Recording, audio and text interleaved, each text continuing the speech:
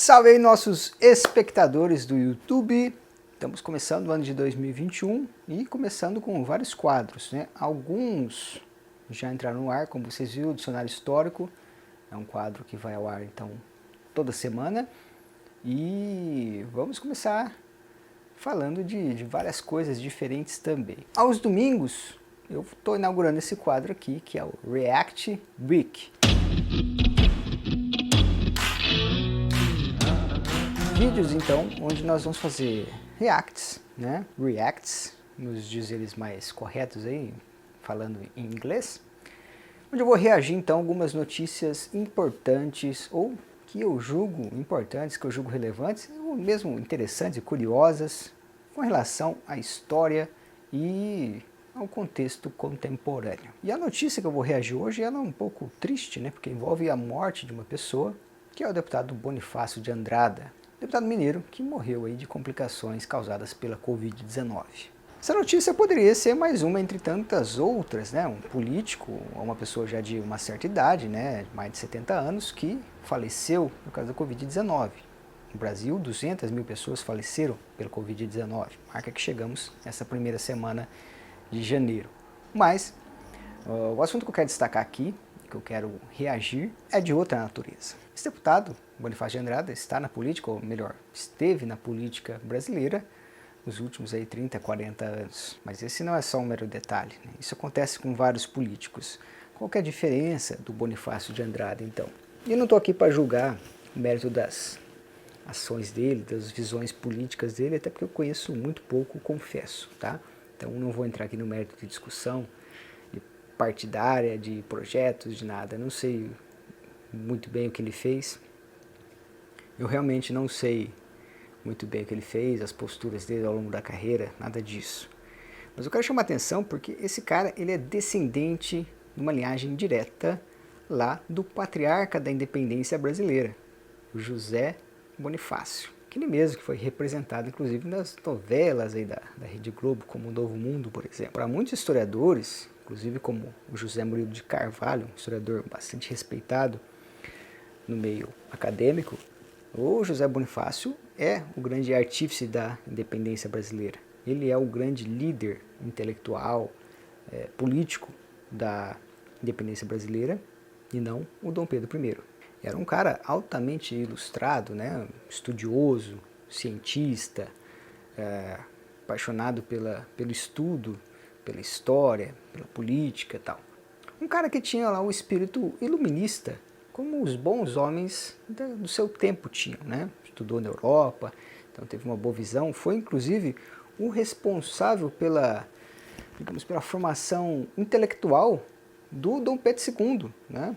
Vamos lembrar que o Dom Pedro I volta para Portugal em 1831, deixando seu filho aqui como herdeiro do trono brasileiro com apenas 5 anos de idade. E quem vai então ser responsável por essa formação, por essa mentoria, né? Digamos, o tutor intelectual do Dom Pedro II vai ser o José Bonifácio de Andrada. E o Dom Pedro II é um cara muito respeitado por essa parte intelectual, né? Era um amante das ciências, das letras, um estudioso, um pesquisador, um viajante, se relacionava com cientistas, com escritores, era um cara que amava o saber, praticou, né, várias línguas, sabia lá mais de 13 línguas, então era um grande estudioso, um cara que acho que nós não veremos outro político, outro governante do Brasil com tanta volúpia pelos estudos e pelo saber quanto Dom Pedro II teve. E, obviamente, essa formação cultural, essa formação intelectual foi dada pelo José Bonifácio, e isso foi muito importante. Agora, o fato é que essa família aí do José Bonifácio de Andrada esteve ou está na política brasileira desde então da independência. Por 200 anos, herdeiros do José Bonifácio estiveram envolvidos na política brasileira, como deputados e senadores. É bem verdade que nenhum chegou próximo aí a um cargo de chefia do Executivo Nacional, mas sempre estiveram então envolvidos, principalmente na política mineira e na política nacional, com grande relevância. É lógico que se você pensar no tempo das eleições atuais, que são 4 anos que separam uma da outra, você fala 200 anos, parece realmente muito tempo. É o tempo de 50 eleições, é muita coisa, né? Muita coisa mesmo. A gente tem que lembrar que no Brasil tivemos períodos ditatoriais, períodos também de longos reinados, como Dom Pedro II, né? E o tempo da vida política, ele é diferente.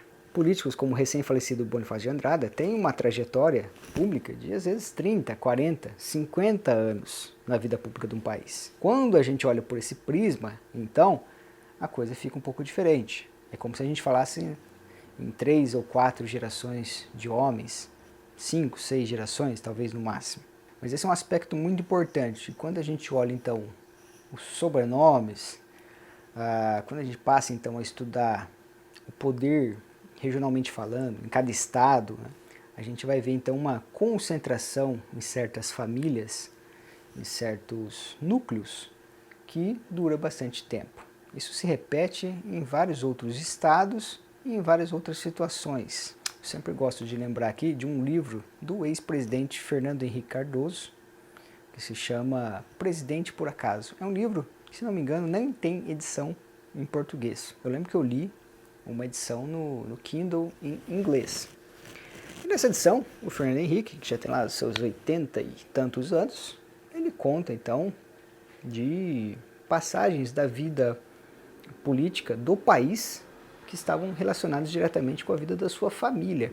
Como, por exemplo, o cerco que o Getúlio Vargas enfrentou na década de 30 no Palácio do Catete, e o pai do Fernando Henrique era um dos oficiais responsáveis pela segurança do Getúlio Vargas. Ou então aquele quadro que o Pedro II recebe a carta do exílio pelo poder republicano, né, sendo mandado embora do país, e um desses caras que estão entregando a carta era também o avô do Fernando Henrique Cardoso. Tudo isso mostra, então, que a política no Brasil, o poder, está muito mais concentrado do que a gente imagina. Lógico, não tem relações diretas, né? Por exemplo, esse avô e o pai do Fernando Henrique, nenhum dos dois chegaram a ter um cargo de tanta importância quanto chegou a ter o Fernando Henrique, que foi presidente da República.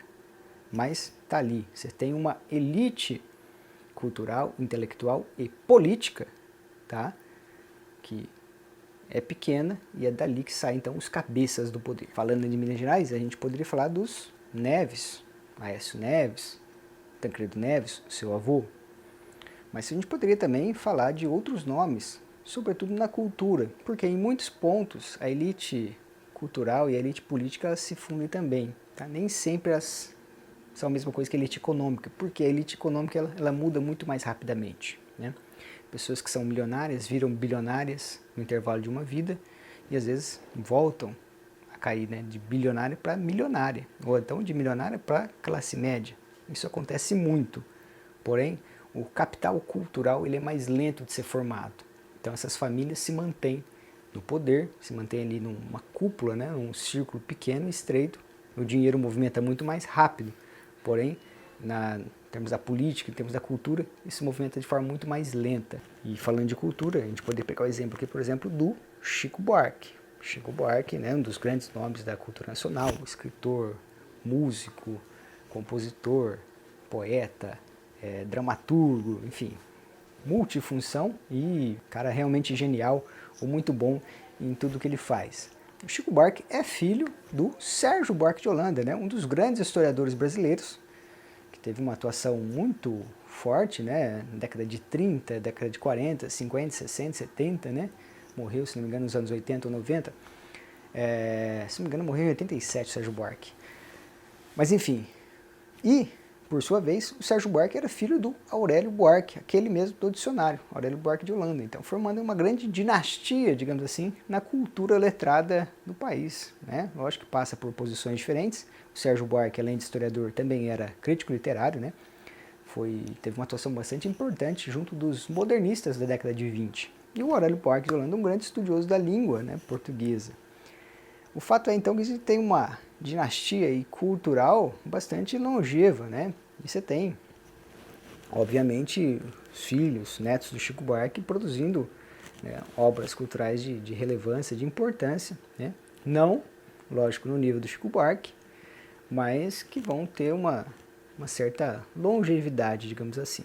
Esse é um aspecto que eu acho muito interessante na formação do país e mostra que mesmo sendo um país de 200 milhões de pessoas, né, quando você para analisar algumas situações, algumas coisas, é uma situação muito mais provinciana, digamos assim. Mas por hoje é só. E você, o que você acha de tudo isso? Então, deixa aí nos comentários o que você pensa dessas situações que eu falei, que envolvendo pequenas famílias que estão então aí nas altas cúpulas da cultura, do poder e da economia também. Se você gostou desse vídeo, dá o like também, se inscreva no canal e ajude a gente a crescer, tá?